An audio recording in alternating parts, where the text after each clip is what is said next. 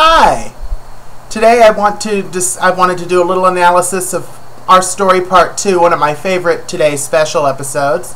So let's begin. In our last show, the store was being closed down, and Muffy wasn't very happy. I'm very tired, and furthermore, I don't want to leave the store. Well, none of us do, Muffy. It's just that, well, pretty soon they're going to tear down this building and put up a brand new building. Isn't there anything we can do? No, nothing. At 9 o'clock this morning, the store will be sold, so we got to be packed and out of here by the end of the day. Jody explained that in order to save the store, the building would have to have an historic plaque. A plaque. A long time ago, when they built stores and houses, they put the date on a plaque like this one. See? 1899. That's the year it was built. Most old buildings have them. Well, does our store have one? Oh, don't we wish. See, many old buildings that are old enough to have a plaque like this can't be torn down. That's the law. Well, we knew what the plaque looked like, but even TXL didn't know where it was hidden. I'm afraid that I have no records of the plaque's location. Yeah. Well, then I guess our last hope for saving the store is gone. That's what we all felt until...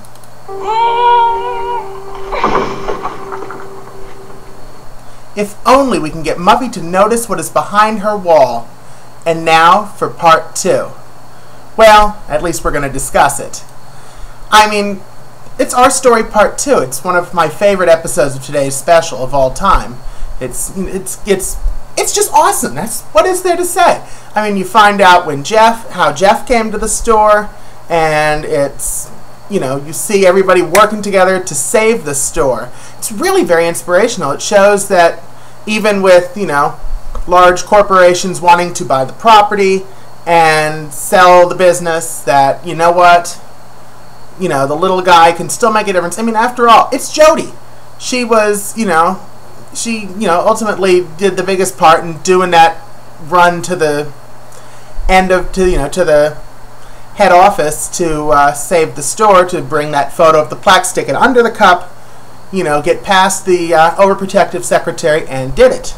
I mean, it was Jody, with Sam and Jeff and Muffy. I mean, it's 4 people, 2 of which aren't even on the payroll. After all, one person technically is store fixtures, and the other one doesn't work there, but rather kind of lives there, kind of under the table. And so you have the security guard and the display designer, the 2 of them, and they did it. They brought the store back from the dead. It's very inspirational. It shows that, even if you, how do I want to say it?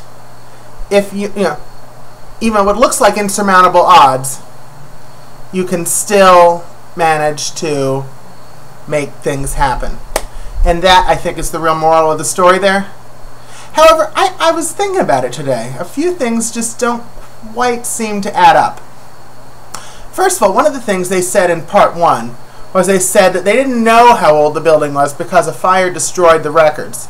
And the way Today's Special always is, they were very faithful to the actual store. In Pianos, you may recall that when Jeff was carrying boxes in, what he said, all the boxes said Simpsons on them, which was the name of the store.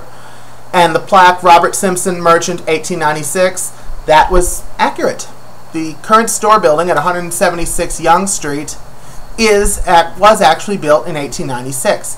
The original building that formed the nucleus of the current building, I think they expanded and they built the Simpson Tower later, but it was built in 1896, so that's a fact. Very good.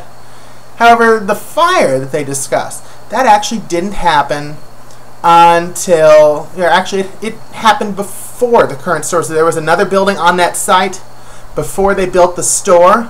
That was the only fire that I could find. And the 1896 building, as far as I know, never experienced a major fire. And that the 1896 building is the is the successor, that's the word I'm looking for, to the current, or to that building that was burned in a fire.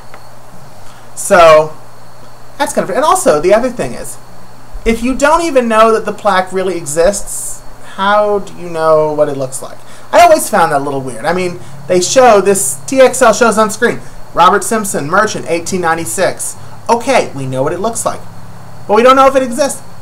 How do you know what it looks like? They didn't, I don't know, they discovered it, it seemed a little weird. But for purposes of the show, sure, we'll go with it. Then, of course, why would the store, close anyway? There were a few reasons for that. First of all, one has to wonder, how was the store doing business-wise? Was it doing really well? Was it doing kind of so-so? We didn't hear in the show that business was down, and it was the early 80s, and I think the recession in the 80s didn't happen until later. And then, of course, considering that it sounded like they were going to tear down the store and put up another building on the site, it sounded like the store was probably doing fine, but the owners probably got an offer they couldn't refuse to put something else up. And so that's at least what it seems like to me. Either way, by the time our story rolled around, it was pretty much a done deal, it sounds like. The store was going to be sold at 9 o'clock. They had the new building, plans for the new building, it sounded like. And, I mean, that's the way, it seemed like it was all set. Jody and Sam were going to get laid off after they finished with whatever they were doing. Then the store would be demolished and the new building would go up. Okay.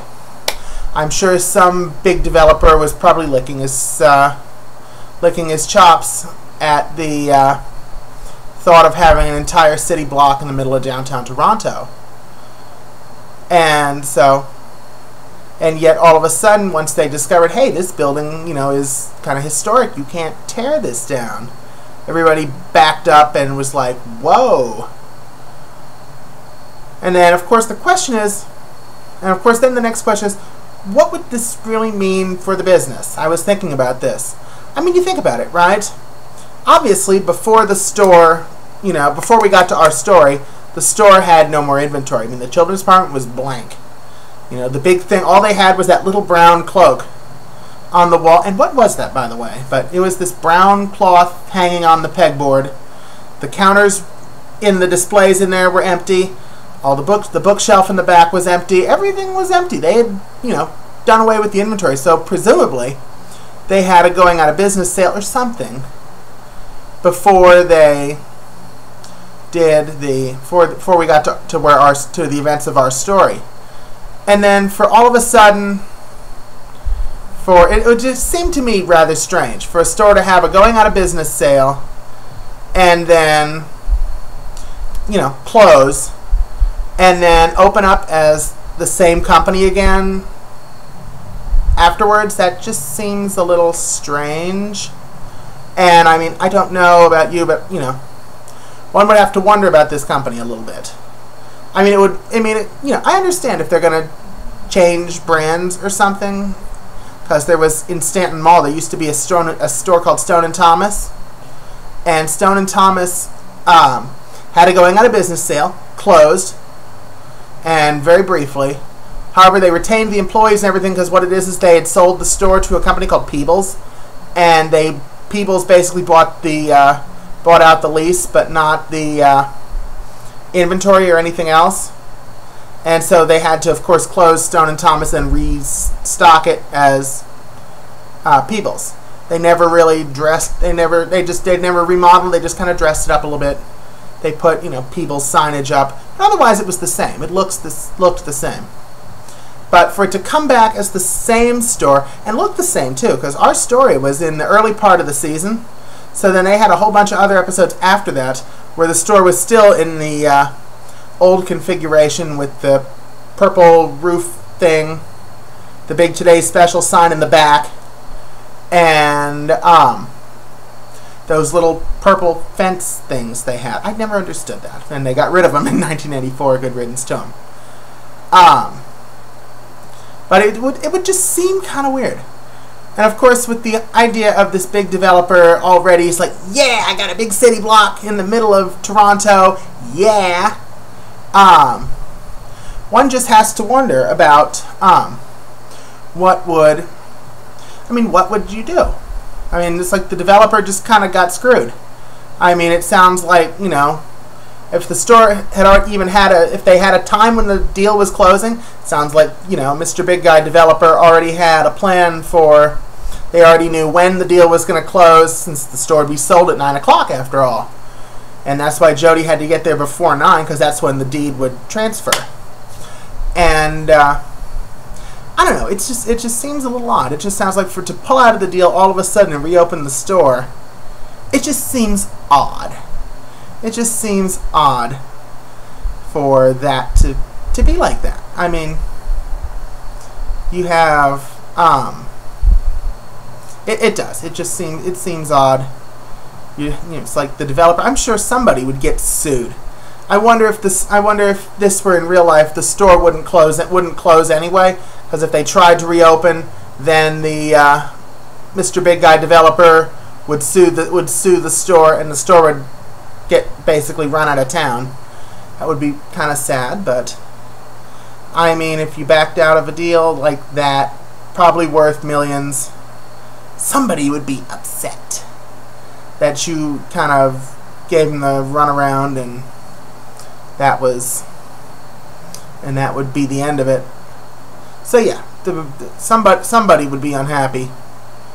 And so, of course, even then, if something like that came up, it's like especially if one would wonder if they knew about that ahead of time, or be that clumsy to not realize their building was, you know, a protected historic property that they couldn't demolish.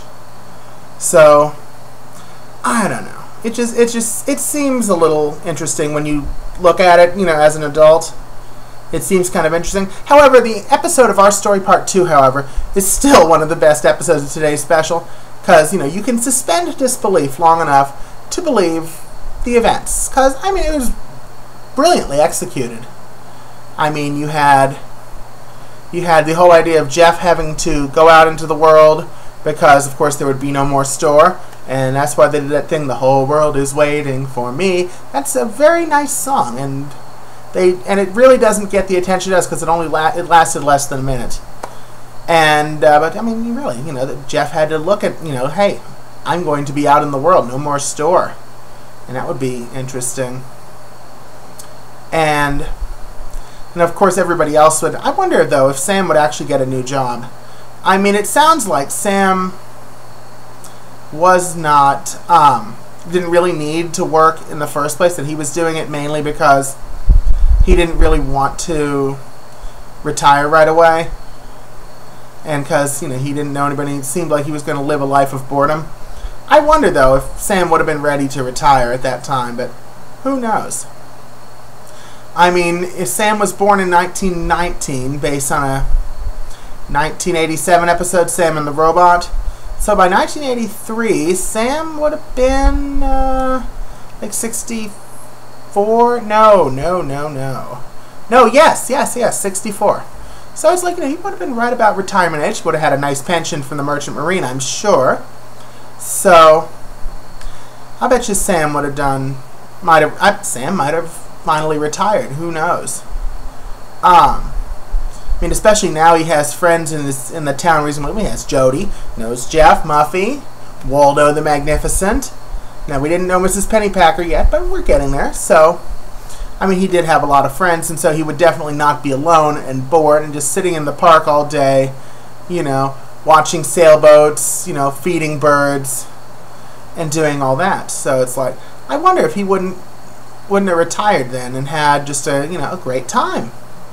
You know, living out his golden years, you know, as a retired man. You know, still having the company of friends. Now, of course, Jody, she would have actually gotten a new job because Jody, you know, was, you know, rather somewhat young still then, and so, you know, she would still be, you know, in that prime working age. Now, so I don't know. It's interesting to say the least. And then of course it's funny when you actually go visit the store in person. If you go to 176 Yonge Street, actually in Toronto, remember I went to the store in 1999, and if you go, I believe it's on the corner of Yonge and Queen Street. you will actually find the plaque. It looks nothing like the plaque in the store. It's an historical marker, actually. What it is, it's oval shaped, and it was added in the 70s. And it says, this building was this. It explains the history of the site. It was the Robert Simpson Company, because of course the store is the Bay now. It's not Simpson's anymore. And the only thing Simpson on there is the office building, which is the Simpson Tower. And so, I don't know. It's kind of interesting. Because like the episode might not add up, but it's still a good story, I guess is what I'm saying. But I mean, in the real world, just realize this would never happen. Never in a million years. I guarantee you. Because you just wouldn't. I mean, when you have these big guy developers like this, especially when you get that far in the process, it seems like it'd be a done deal. But who knows? Anyway, that's it, I think. So I'll talk to you all later.